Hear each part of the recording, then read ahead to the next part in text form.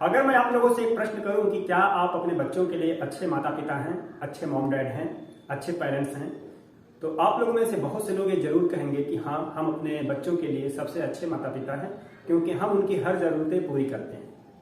लेकिन मैं आपसे कह रहा हूँ कि ऐसे बहुत सारे पॉइंट हैं, बहुत सी बातें हैं जिनको माँ बाप समझ नहीं पाते। ऐसे में उनके बच्चों का बहुत अधिक नुकसान होता है।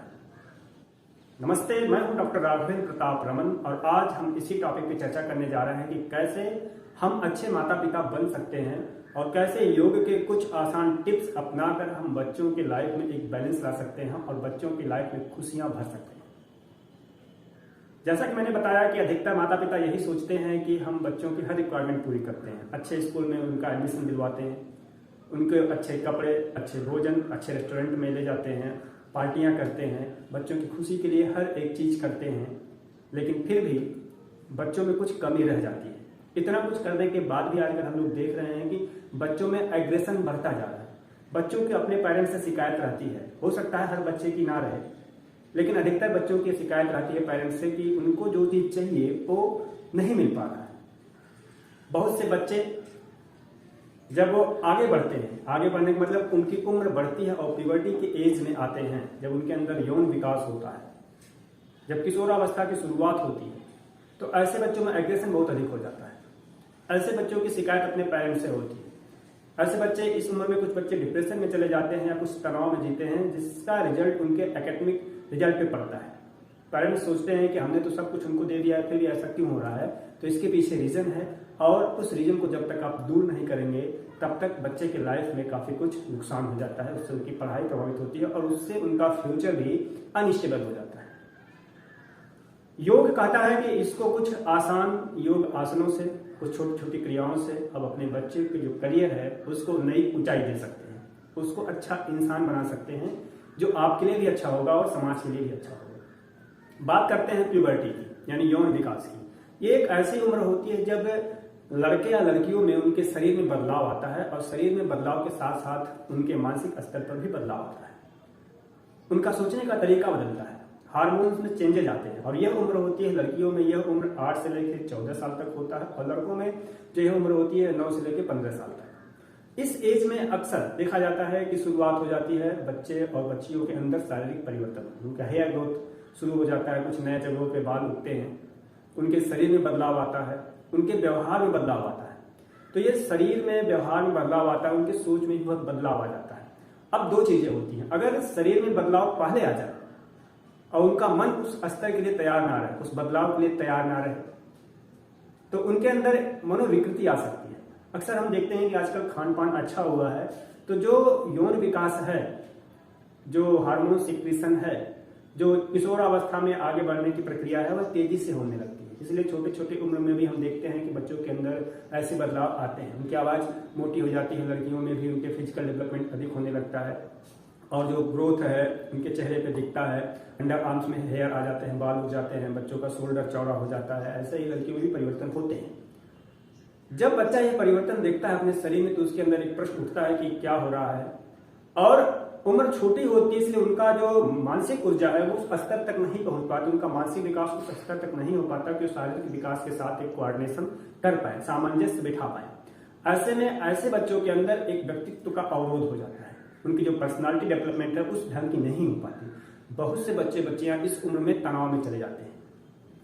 योग कहता है कि अगर हम ये जो प्यूबर्टी है, यौन विकास है, इसको थोड़ी देर के लिए हम रोक दें। थोड़ी देर का कहने का मतलब है 1-2 साल और डिले कर दें, 2-3 साल डिले कर दें, तो जो शरीर का विकास होगा और मानसिक विकास होगा दोनों साथ साथ होगा। इससे बच्चों के व्यक्तित्व में एक बैलेंस आएगा और पर्सनालिटी बैलेंस रहेगा और जो ग्रोथ होगी बहुत अच्छे ढंग से होगी। कई बार हम देखते हैं कि किशोरावस्था में बच्चे बहुत एग्रेसिव होते हैं। एग्रेसिव में बार बार इसलिए कह रहा हूं कि ऐसी घटनाएं आप लोगों को सुनने में भी आती होंगी कि कैसे बच्चे ने गाड़ी के लिए पैसा मांगा, पेरेंट्स नहीं दे पाए, तो कुछ बच्चे पेरेंट्स के प्रति भी अपना बुरा व्यवहार दिखाने लगते हैं। मोबाइल के लिए पैसा मांगा, मोबाइल की जरूरत पूरी नहीं हुई तो ऐसा कर सकते हैं। कहीं कहीं तो ऐसा भी देखा गया, कभी खबर आई थी कि फ्री फायर गेम बच्चों को नहीं खेलने दिया गया तो बच्चे ने अपने माता पिता को चाकू घोंप दी। ऐसे ही क्लासरूम बिहेवियर भी बच्चों का अलग अलग होता है। लेकिन जो बच्चे बैलेंस होकर डेवलप करते हैं फिजिकल और मेंटल दोनों तरीके से, ऐसे बच्चों का जो पर्सनालिटी है वो निखर कर आती है। ऐसे बच्चे हर फील्ड में आगे होते हैं। दुर्भाग्य से आजकल हम लोग देख रहे हैं कि जो पेरेंट्स हैं अच्छे स्कूल में एडमिशन दिलवा देते हैं, फिर उनकी नज़र होती है रिपोर्ट कार्ड पे कि जब रिपोर्ट कार्ड आए तो बच्चा मेरा नंबर 1 रहे, और सबसे पहले रिपोर्ट कार्ड में नजर जाते हैं कि उसका मैथमेटिक्स में कितना स्कोर है, उसका साइंस में कितना स्कोर, उसका इंग्लिश में कितना स्कोर है।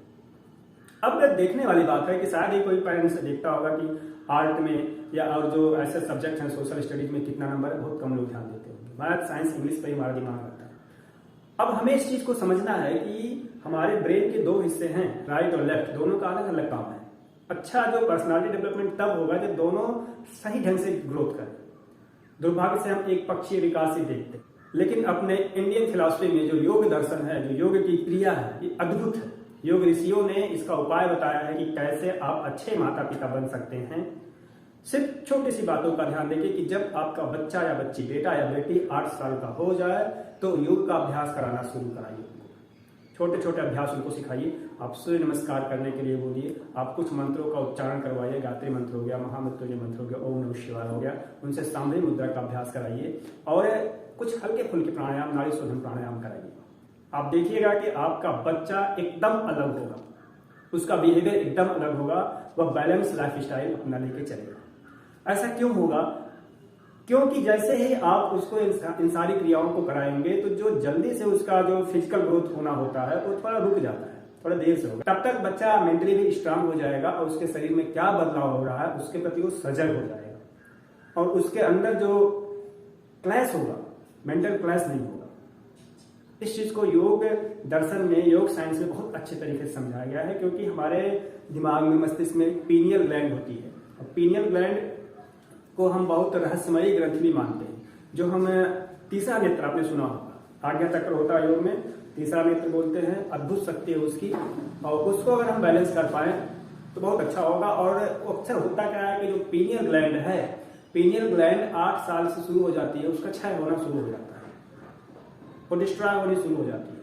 लेकिन अगर हम योग का अभ्यास कर रहे हैं तो उसके जो डिकेइंग प्रोसेस है उसको हम डिले कर सकते हैं, वो जल्दी डिस्ट्रॉय नहीं होगी, उसको 2-3 साल तक हम डिले कर सकते हैं। ऐसे में वह पूरी तरह से काम करेगी, सक्रिय होकर काम करेगी, और आपके बच्चे का जो पर्सनालिटी डेवलपमेंट होगा बहुत अच्छा होगा। और ऐसे में ये सूर्य नमस्कार, नाड़ी शोधन प्राणायाम, ओंकार का उच्चारण, मंत्र का उच्चारण बहुत उपयोगी साबित हुआ। ऐसे रिसर्च हुए हैं मॉडर्न टाइम।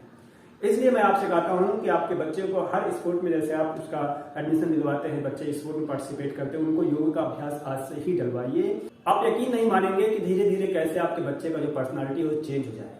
मैं नहीं कहूँ कि वो साधु सन्यासी हो जाएगा, वह तो जीवन को बैलेंस करना सीख जाएगा। जो वैल्यूज उसके अंदर आएंगे आप देख के दंग रह जाएंगे। जैसे ही बच्चे 8 साल के होते हैं, जो हाइपोथैलेमस एरिया होता है वो एक्टिव हो जाता है, हार्मोन सिक्रेट करता है। उस हार्मोन्स के कारण जो पिट्यूटरी ग्लैंड वो ऐसे प्यूबर्टी हार्मोन सिक्रेट करने लगते हैं, और जैसे ही प्यूबर्टी हार्मोन सिक्रेट होते हैं पूरे ब्लड स्ट्रीम में उनका फ्लो होता है, शरीर में परिवर्तन होने लगते हैं। बच्चियों में अलग तरह की फिजिकल ग्रोथ, लड़कों में अलग तरह के फिजिकल ग्रोथ देखने को मिलते हैं। वो सारी चीजें आप जानते हैं कि कैसे उनके अंदर शारीरिक बदलाव होते हैं। इन बदलावों को थोड़ा डिले करना है, और ये तभी होगा जब आप पीनियल ग्लैंड को एक्टिवेट करेंगे, उसके जो डिकेइंग प्रोसेस है उसको स्लो डाउन करेंगे, उसको स्टॉप करेंगे। और ये स्टॉप करेंगे आप योग से, अभ्यास से। आप बच्चों को सही ढंग से योग का अभ्यास कराएं, जिससे उनका जो पीनियल ग्लैंड है वो देर तक एक्टिव रहे, अधिक समय तक एक्टिव रहे, और उनके अंदर जो डेवलपमेंट की प्रोसेस है वो बैलेंस में नहीं हो। उनका जो राइट ब्रेन और लेफ्ट ब्रेन दोनों समान रूप से काम करे, और उनकी पर्सनालिटी बिल्कुल निखर के आए, जिससे आप कह सकें कि आपका बच्चा अन्य बच्चों से बिल्कुल अलग है। आप सही ढंग से अगर योग सीखना चाहते हैं तो आप नीचे दिए गए नंबर पर कांटेक्ट कर सकते हैं, जहां आपको अच्छी गाइडलाइंस दी जाएगी, आपके बच्चों को भी योग सिखाया जाएगा। तो फाइनली मैं आपको यही एडवाइस दूंगा कि अगर आपके बच्चे 8 साल के हो गए हों, और अगर आप अच्छे उनके लिए पेरेंट्स बनना चाहते हैं, अच्छे माता पिता बनना चाहते हैं, तो बच्चों से कहिए कि योग का अभ्यास करें। जैसे आप उनको और चीज़ों के लिए ट्यूशन देते हैं, स्पोर्ट्स में एडमिशन करवाते हैं या होम ट्यूशन लगवाते हैं, ऐसे ही एक होम ट्यूशन लगवाइए योग अभ्यास के लिए। इससे यकीन मानिए कि आपके बच्चे की पर्सनालिटी में एक अद्भुत परिवर्तन आएगा, उसका व्यक्तित्व बदलेगा, उसका बिहेवियर चेंज होगा, और ये लाइफ टाइम के लिए उसके लिए बहुत यूजफुल होगा। आप कह सकते हैं, आप कह सकेंगे कि आपका बच्चा अन्य बच्चों से बिल्कुल अलग है। ये बच्चे के लिए भी अच्छा होगा और आज के समय में आपके लिए भी अच्छा होगा। इन्हीं शुभकामनाओं के साथ आप सभी लोगों को नमस्ते, जय हिंद।